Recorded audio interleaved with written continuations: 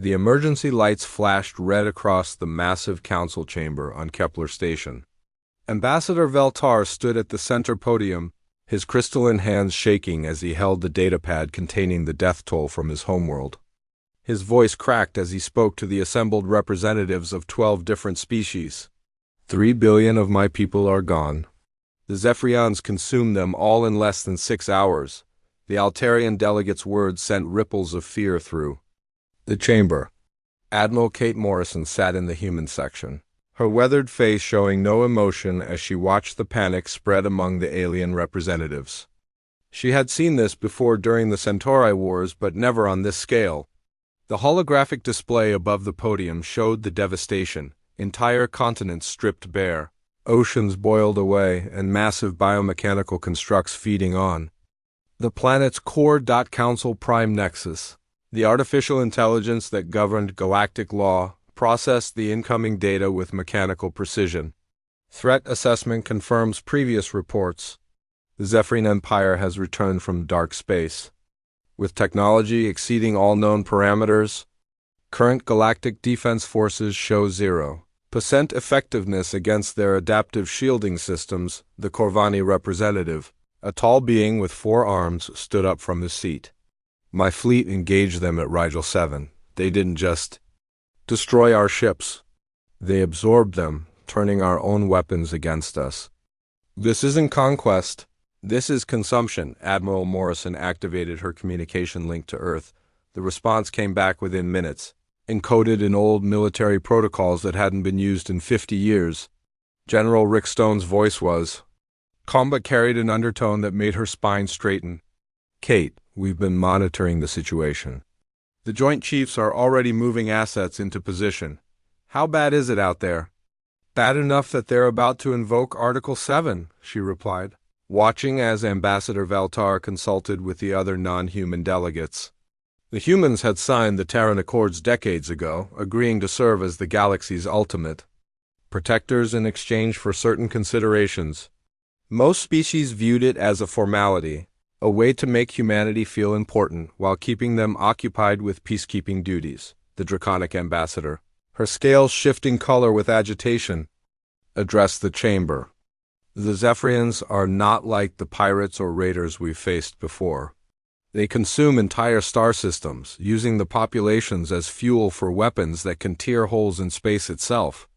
Our defensive fleets are worse than useless against them. Veltar returned to the podium, his crystalline features reflecting the red emergency lighting.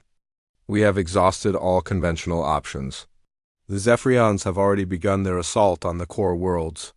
At their current rate of advancement, they will reach Earth within 2 standard months. He paused, looking directly at Admiral Morrison.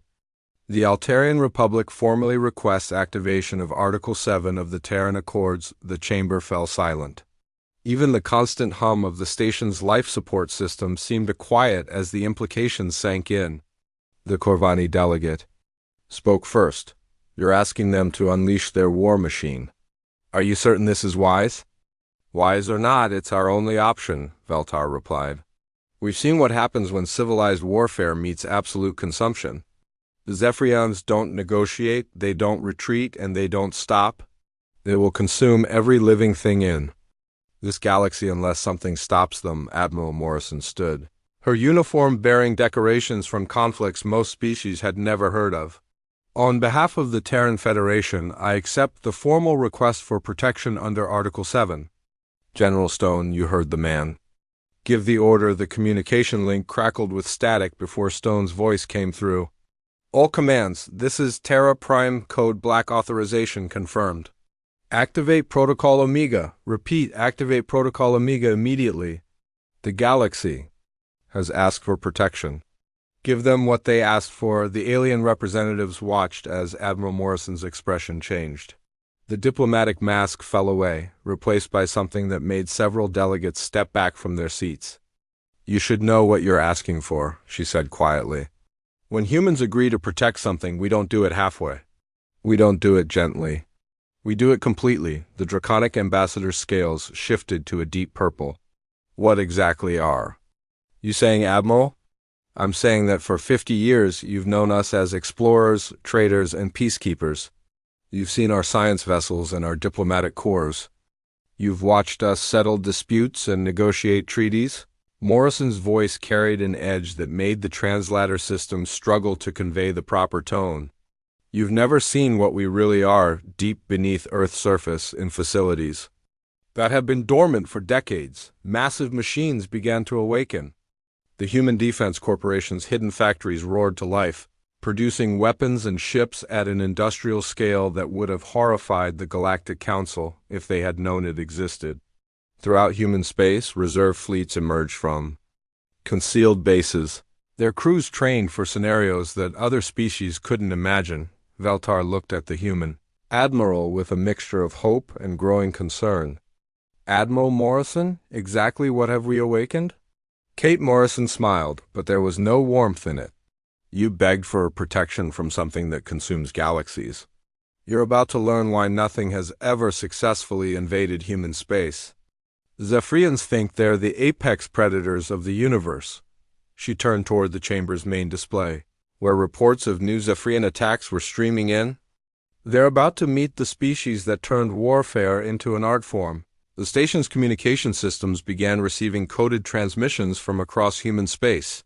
Fleets were moving, weapons were being activated, and soldiers were being awakened from stasis. The galaxy had asked for protection, and humanity was about to show them exactly what that meant. In the growing darkness of space, something ancient and terrible was stirring. The humans had been peaceful for 50 years. But peace was just a choice they made. Now they were making a different choice, and the galaxy would never be the same. The underground facility beneath Colorado stretched for hundreds of miles in every direction. Colonel Ben Murphy walked through corridors that had been sealed for 50 years, watching as automated systems brought massive production lines back to life. The sound was deafening as machines that could build entire starships in hours began their work. He had trained for this moment his entire career, but seeing it happen made his hands shake. Dr. Lisa Grant stood in the control room overlooking the main assembly floor. Thousands of robotic arms moved with perfect precision, constructing weapons that existed in classifications the Galactic Council had never seen. Project Nemesis is fully operational, she reported to her team. All 37 weapon systems are coming online ahead of schedule. Her assistant, a young engineer named Tony, stared at the massive constructs taking shape below them. Doctor, what exactly are we building down there? Those don't look like any ships I've seen in the Academy. Dr. Grant smiled grimly. That's because they're not exploration vessels or converted cargo haulers. Those are pure war machines designed by people who spent centuries thinking about how to kill things that might not even exist yet. She pointed to a sleek black vessel that was nearly complete. That particular ship can sterilize an entire planet in 6 minutes. We built it hoping we'd never need to use it. Colonel Murphy joined them in the control room, his uniform bearing the insignia of the 7th Assault Fleet. The crews are coming out of stasis now. Most of them have been sleeping for 20 years. Waiting for this day, he activated a wall display showing similar facilities across human space. Mars, Europa, Titan, and 47 other locations are all reporting full activation. The machine is waking up. Captain Ryan Davis led his special operations team through the briefing room. On Luna Base, the men and women around the table were not ordinary soldiers. They had been selected and trained for missions that regular military couldn't handle. Intelligence reports confirm that the Zephyrians are using some form of dark energy technology. They're not just conquering worlds, they're consuming them. At a molecular level, one of his team members, Sergeant Kelly, raised her hand. Sir, how do we fight something that can eat reality itself? Davis smiled and activated his personal armor. The suit flowed over his body like liquid metal, transforming him into something that barely looked human. We fight it with technology they won't expect. While they were sleeping in dark space, we were preparing for threats that didn't exist yet. We're about to show them what happens when humans have 50 years to plan for war deep in the facilities. Most secure section and artificial intelligence designated Ares came online for the first time in decades. Its first words were processed by quantum computers that could think faster than any biological mind. Threat assessment complete. Enemy capabilities, consumption of matter and energy at stellar scale. Recommended response, total warfare protocols, Dr. Grant watched the AIS activation with professional interest. Ares, what's your analysis of our chances against the Zephyrians? Current human military assets are sufficient to neutralize the threat with acceptable casualties. Definition of acceptable: preservation of human civilization and allied species. Estimated enemy casualties: complete elimination. Shall I proceed with tactical analysis? The casual way the AI discussed genocide made everyone in the room uncomfortable. Colonel Murphy cleared his throat. Ares, remember that we're supposed to be protecting the galaxy, not destroying it. Clarification: protection of galactic civilization requires elimination of existential threats. The Zephyrians consume entire star systems. Mercy is not tactically viable. Shall I prepare battle plans for total war? On Mars, the shipyards that had been dormant for decades roared back to life. Massive vessels that had never seen combat were being fitted with weapons that could crack moons. The workers moved with practiced efficiency, following procedures they had drilled but never used. Everyone knew this day might come, but hoping it hadn't stopped them from preparing, Captain Davis received new orders through his secure communication system. Team, we're going to gather intelligence on the enemy before the main assault begins. We need to know exactly what we're dealing with. He looked at his soldiers. Each one enhanced with technology that would have been considered impossible 50 years ago? Remember, we're not just fighting for humanity.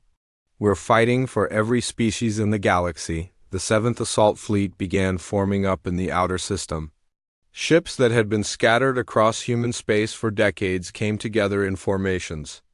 That made veteran officers weep. These weren't the peaceful exploration vessels that other species knew. These were instruments of destruction, built by a civilization that had spent centuries refining the art of war. Colonel Murphy stood on the bridge of his flagship, watching as more ships arrived every hour. How many vessels do we have operational? He asked his communications officer. Sir, we have over 10,000 ships in the first wave alone. The second and third waves are still forming up, but early estimates suggest we'll have 50,000 combat vessels ready within the week. The number was staggering. The entire Galactic Council's combined fleets numbered less than 5,000 ships. Murphy realized that the other species had no idea what they had unleashed. They thought they were asking for help from a peaceful civilization that happened to be good at fighting. They were wrong. Dr. Grant watched the production lines work around the clock. We told them we were explorers and scientists, she said to her assistant. We never lied about that. We just didn't mention that we explored ways to kill things and studied the science of destruction. The machine was fully awake now. Across human space, facilities that had been hidden for decades revealed themselves. The galaxy was about to learn that humanity's reputation for peace was built on their ability to wage war so effectively that nobody wanted to fight them. The Zephyrians had made the mistake of forcing humanity to remember what they really were. In the darkness of space, something ancient and hungry was about to meet something even more dangerous. The galaxy had begged for protection, and humanity was preparing to give them exactly what they asked for. The Vega system burned with unnatural fire as Commander Amy Clark brought her task force out of hyperspace. The battle cruiser Retribution led 12 other vessels toward the 4th planet, where something impossible was happening. The planet's surface was being consumed by massive biomechanical constructs that moved like living things, but gleamed like metal in the dying light of the system's star. Lieutenant Joe Parker launched his fighter squadron into the chaos, his enhanced sensors, trying to make sense of what they were seeing. Command, you're not going to believe this. They're not just strip mining the planet, they're eating it. The whole damn thing is being converted into some kind of energy. Commander Clark watched the tactical display with growing horror. Millions of life signs were disappearing every second as the Zephyrian machines processed the planet's population. All ships, battle stations. We're going to stop this right now, the enemy fleet hanging in orbit above. The dying world was unlike anything in human records. The ships moved like living creatures, their hulls pulsing with veins of dark energy that hurt to look at directly. Engineering Chief Paul Torres monitored his instruments as they approached. "Commander, their energy readings are off the charts. They're using the planet's population as fuel for their weapons," War Prime Vexcoran commanded the Zephyrian forces. From his flagship, a massive construct that had been grown rather than built. His species had consumed 1,000 galaxies, and nothing had ever challenged their supremacy. When the human ships appeared on his sensors, he felt something he hadn't experienced in millennia: curiosity. "What are these primitive vessels doing here?" he asked his subordinates.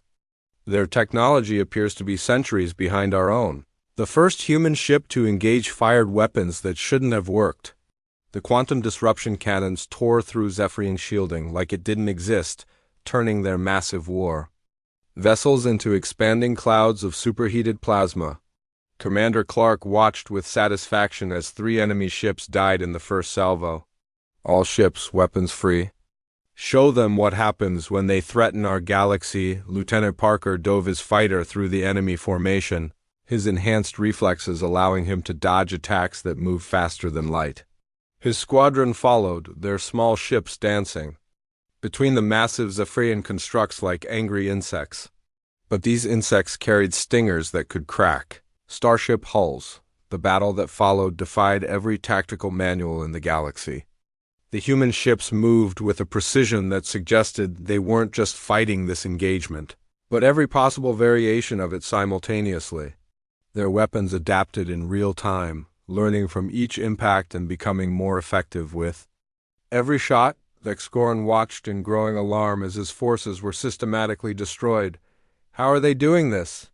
"Our adaptive shielding should make us immune to their primitive weapons," his tactical officer, a being that had lived for 10,000 years, studied the readings with growing fear.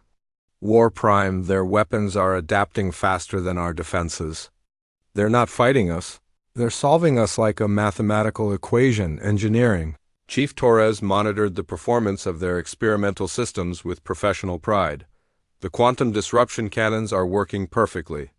Each shot is more effective than the last because the targeting computers are learning the enemy's weaknesses in real time." Commander Clark received reports from across the battle zone. Her ships were winning, but the cost was becoming clear. "Lieutenant Parker, what's your status on the planet?" "Commander, we're too late for most of them. The Zephyrians have processed 90% of the population, but the survivors are fighting back with weapons we gave them decades ago. They're buying us time to finish this." The human fleet pressed their attack with relentless efficiency. Their ships coordinated perfectly, creating overlapping fields of fire that turned space into a death trap for anything that moved. The Zephyrians had never encountered an enemy that fought with such calculated precision. Vexcoran made a decision that his species had never needed to make before. "All ships retreat. We must regroup and analyze this new threat." But the humans had anticipated this too. As the Zephyrian forces tried to withdraw, they found their escape routes blocked by ships that had been waiting in hyperspace. Commander Clark had turned the entire engagement into a trap, using the enemy's own tactics against them. "No retreat," she announced over the communication channels. "They wanted to consume our galaxy. Let them try to digest this." The final phase of the battle was one-sided slaughter. The human weapon systems, now fully adapted to Zephyrian technology, cut through the enemy fleet like hot knives through butter. Ships that had conquered star systems died in seconds, their crews experiencing fear for the first time in their species history. The Vexcoran flagship was the last to fall. As human fighters swarmed around his dying vessel, he transmitted a message that would haunt the galaxy for generations. "The humans fight like the ancient ones. They remember what we are. Tell the Emperor that the galaxy has guardians again, Lieutenant." Parker led the final assault on the enemy flagship, his weapon systems locked onto the command center. This is for every world you've consumed, he whispered as he pulled the trigger. The explosion could be seen from 3-star systems away. When it faded, nothing remained of the Zephyrian fleet except expanding clouds of debris and the bitter knowledge that humanity had just announced their presence to an enemy that had never known defeat. Commander Clark surveyed the aftermath of the battle with grim satisfaction. Signal the fleet. We've sent them a message. Now let's see how they respond deep in space. Other Zephyrian forces received the transmission from the Excoron's final moments. For the first time in their species' history, they felt something approaching fear. The galaxy had found protectors, and those protectors remembered how to fight wars that lasted forever. Fleet Admiral Dan Foster stood in the command center of the massive station orbiting Earth, watching as reports flooded in from across the galaxy. The Zephyrians had responded to their defeat at Vega by accelerating their consumption of star systems, desperate to gather enough energy for their final assault. He turned to his aide, a young officer named Lieutenant Sarah Kim, and gave the order that would change everything. Signal all commands. Authorization Omega Black is now in effect. Deploy the weapons we swore we'd never use. Dr. Susan Wright worked frantically in her laboratory aboard the research vessel Discovery, studying the captured Zephyrian technology with growing horror. The samples they had recovered from the battle told a story that chilled her to the bone. Admiral Foster, you need to see this immediately. The Zephyrians aren't from this dimension.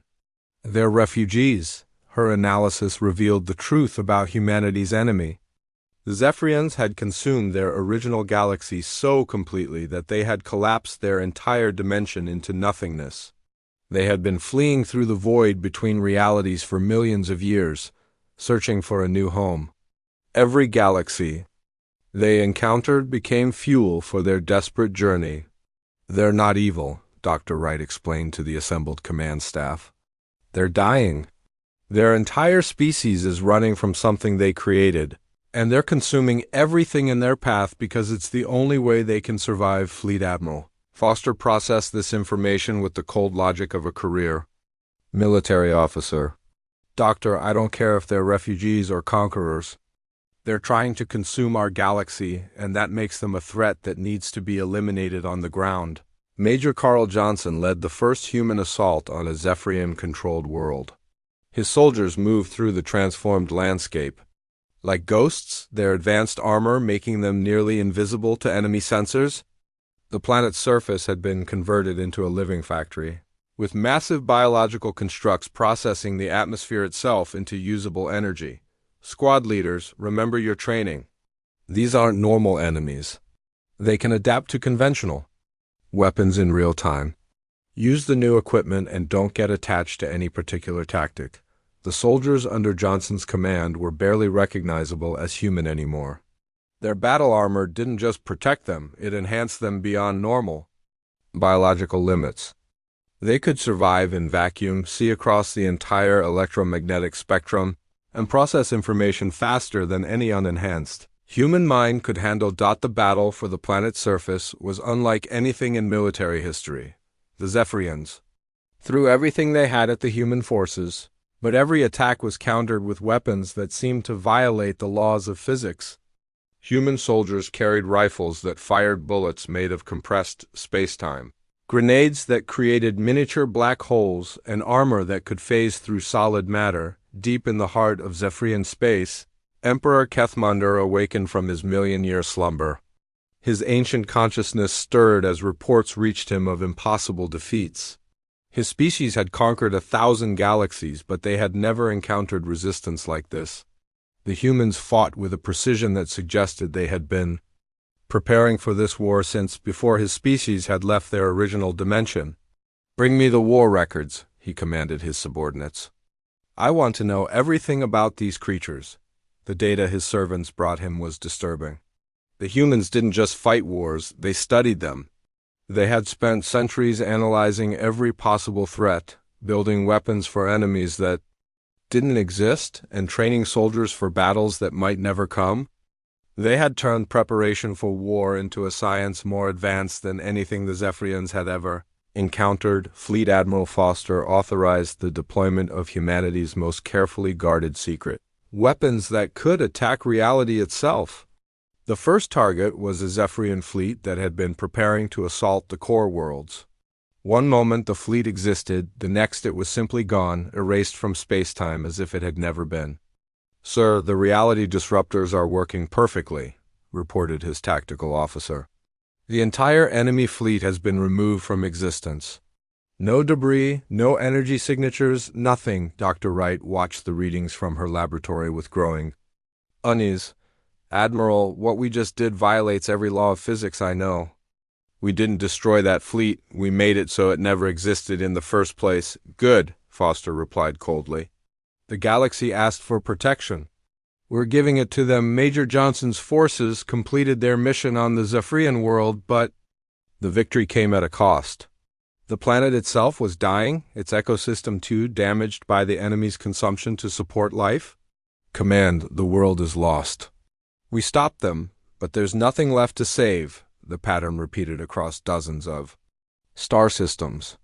Human forces arrived to find worlds being consumed, fought battles that defied comprehension, and achieved victories that came too late for the populations they were supposed to protect. The Zephyrians were forcing humanity to choose between saving the galaxy and saving the people in it. Emperor Kethmundar made his final decision. If these humans were as dangerous as they appeared, he would need to study them personally. He began preparing for something his species had never attempted, a direct assault on the homeworld of an enemy that had never been defeated. The war was escalating beyond anything the galaxy had ever seen. Weapons that could destroy stars were being deployed like conventional munitions. Battles were being fought in dimensions that most species couldn't even perceive. And through it all, humanity continued their relentless advance, bringing protection to a galaxy that was learning to be afraid of its protectors. Fleet. Admiral Foster looked out at the stars and knew that there was no going back. The humans had crossed a line that could never be uncrossed. They had become something more than protectors, something more than warriors. They had become the very thing they had always been destined to be, the galaxy's ultimate weapon against the darkness. President Helen Ross stood before the emergency session of the Galactic Council, her words carrying the weight of a species that had just revealed its true nature to the galaxy. The alien representative sat in stunned silence as she explained what they had unleashed when they begged for humanity's protection. Behind her, holographic displays showed the scope of human military mobilization across known space. "You asked us to save your galaxy," she said quietly. "What you didn't understand is that we've been preparing to do exactly that for over 300 years. Every human colony, every space station, every civilian facility was designed with one purpose in mind: to function as part of a vast defensive network when the time came." Ambassador Kira Walsh watched the alien delegates process this information with growing horror. The peaceful traders and explorers they thought they knew had always been something else entirely. Every human ship that had visited their worlds, every diplomatic mission, every cultural exchange had been reconnaissance for a war machine that spanned the galaxy. The Corvani representative spoke first, his forearms trembling. "You're telling U.S. that your entire civilization is a weapon?" "Not a weapon," President Ross corrected. "A shield, but to be an effective shield against something like the Zephyrians, we had to become something that could destroy them completely." General Alex Stone coordinated the defense of Earth itself as Zephyrian forces launched their desperate assault on humanity's homeworld. What the enemy found was a planet that had been transformed into something beyond their comprehension. Every city was a fortress, every civilian a trained defender, and every piece of technology a potential weapon. "Sir, enemy forces are approaching the outer defense grid," reported his communications officer.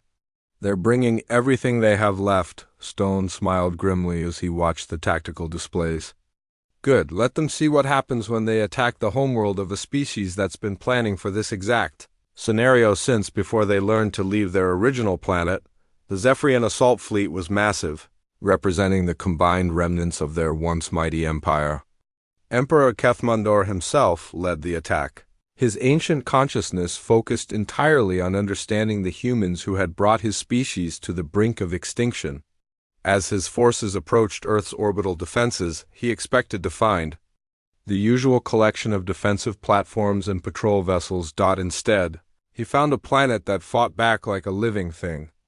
The moon itself opened up, revealing weapons batteries that could crack continents. Space stations that had appeared to be civilian research facilities transformed into battle platforms that made his flagship look like a toy, and everywhere human ships emerged from hiding places that shouldn't have existed. "This is impossible," Kethmander whispered as he watched his forces being systematically destroyed. "An entire planet cannot be a weapon." His tactical advisors were equally stunned. "Emperor, every asteroid in this system is armed. The very dust clouds contain defensive systems. They've turned their entire solar system into a trap." The collective, an ancient group consciousness that had observed the galaxy for millions of years, finally broke their eternal silence. They contacted the Galactic Council directly, their message carrying truths that would reshape understanding of galactic history. Ambassador Walsh received the transmission with growing amazement. "The humans are not what they appear to be," the collective revealed. "Their ancestors were the original force that drove the Zephyrians from this galaxy 1 million years ago.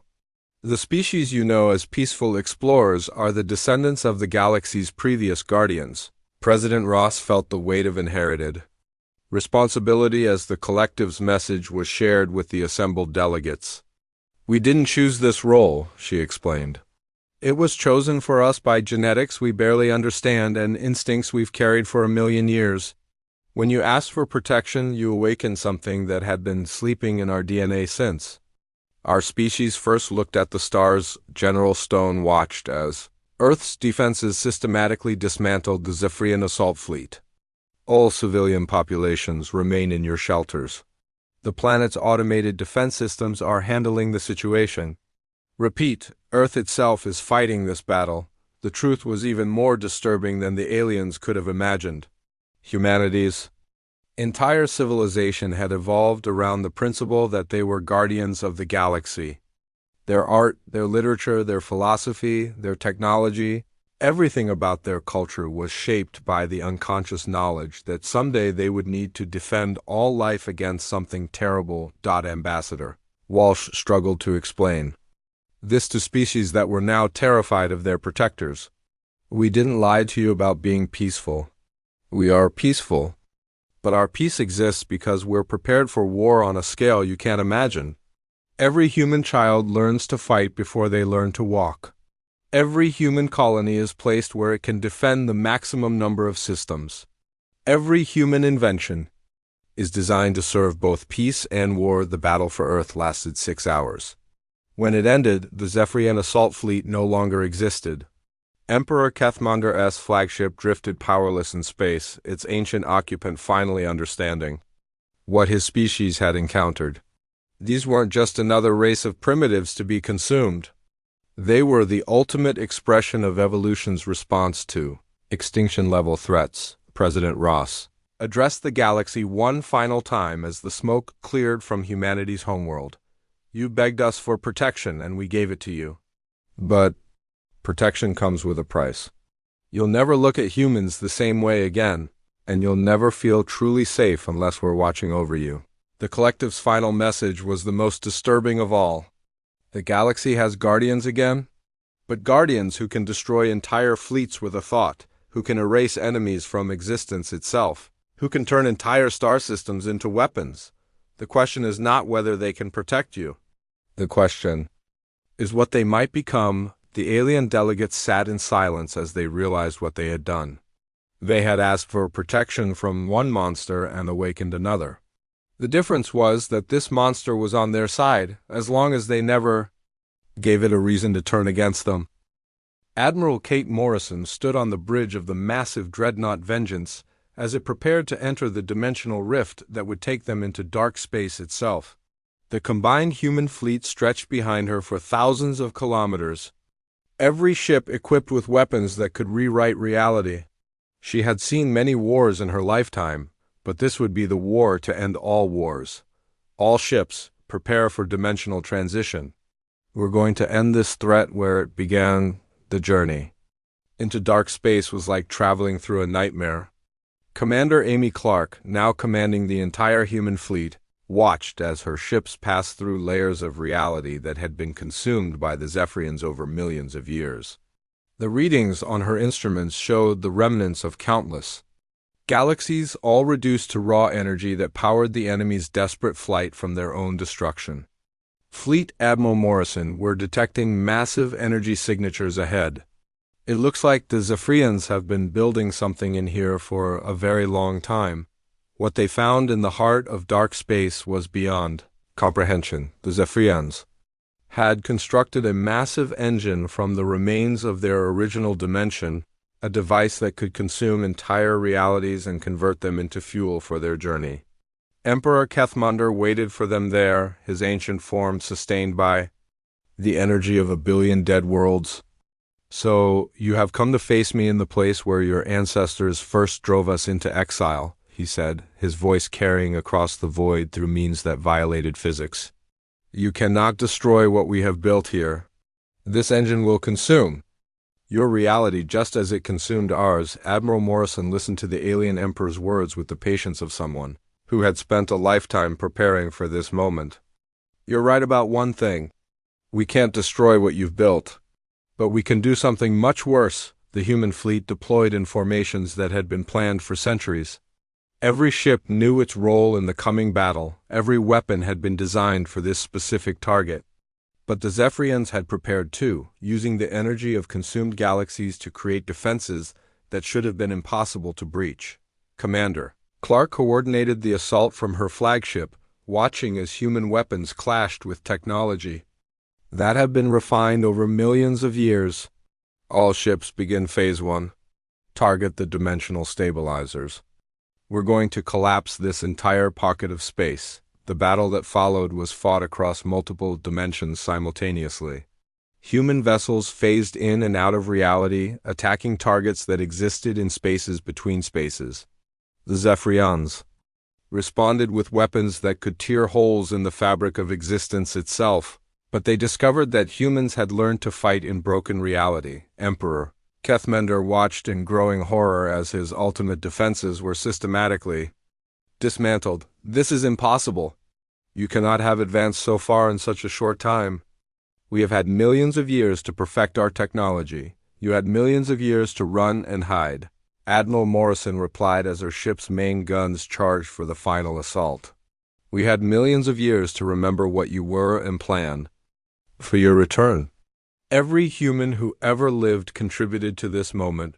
The truth was even more disturbing than the Zephyrian Emperor could have imagined. Humanity hadn't just prepared for this war, they had evolved for it. Every generation had passed down genetic memories of the ancient threat. Every technological advance had been guided by instincts they barely understood. The humans weren't just fighting for survival, they were fulfilling a biological imperative that had been written into their DNA before they had even developed civilization. Dr. Susan Wright, monitoring the battle from her research vessel, made a discovery that chilled her to the bone. "Admiral, the Zephyrians didn't just consume their original galaxy. They consumed themselves. The Emperor isn't the last of his species, he is his species. Every Zephyrian that ever lived has been absorbed into his consciousness." The revelation changed everything. The humans weren't fighting an empire or even a species. They were fighting a single entity that had devoured everything it had ever been, becoming a living embodiment of consumption itself. It was the ultimate expression of what happened when a civilization chose survival over everything else. Admiral Morrison made the decision that would define humanity's role in the galaxy forever. "All ships, deploy the reality anchors. We're not going to kill him. We're going to erase him from existence completely." The final assault began with weapons that attacked the very concept of existence. Human ships fired projectiles that didn't just destroy matter, they destroyed the possibility that matter could exist. The Zephyrian Emperor's screams echoed across dimensions as he felt himself being unraveled at the most fundamental level. "You cannot do this," he pleaded as his consciousness began to dissolve. Without us, you will become what we were. The galaxy will fear you as they feared us. Maybe, Admiral Morrison replied as she watched the ancient enemy fade from existence. But we'll be their monsters by choice, not by necessity. That makes all the difference. The dimensional engine collapsed as its creator was erased from reality. The pocket of dark space began to fold in on itself, consuming the remnants of the Zephyrian civilization. The human fleet escaped just as the entire region imploded, taking with it the last traces of a species that had once conquered the galaxy. Commander Clark led the fleet home through dimensions that were slowly healing from the damage the Zephyrians had inflicted. Admiral, what do we tell the galaxy when we return? We tell them the truth, Morrison replied. The threat is over. They're safe. And they never need to worry about something like this again as long as we're watching years later. A new alien species made first contact with humanity. They marveled at the peaceful explorers and scientists who welcomed them to the galaxy. They had no idea that they were looking at the most dangerous military force in the universe, one that had chosen to present itself as harmless researchers. And diplomats thought the galaxy was safe, protected by guardians who had proven they could destroy any threat completely. The price of that protection was the knowledge that their protectors were capable of erasing entire species from existence with a thought. It was a price the galaxy had chosen to pay when they begged for protection, and they would live with the consequences forever.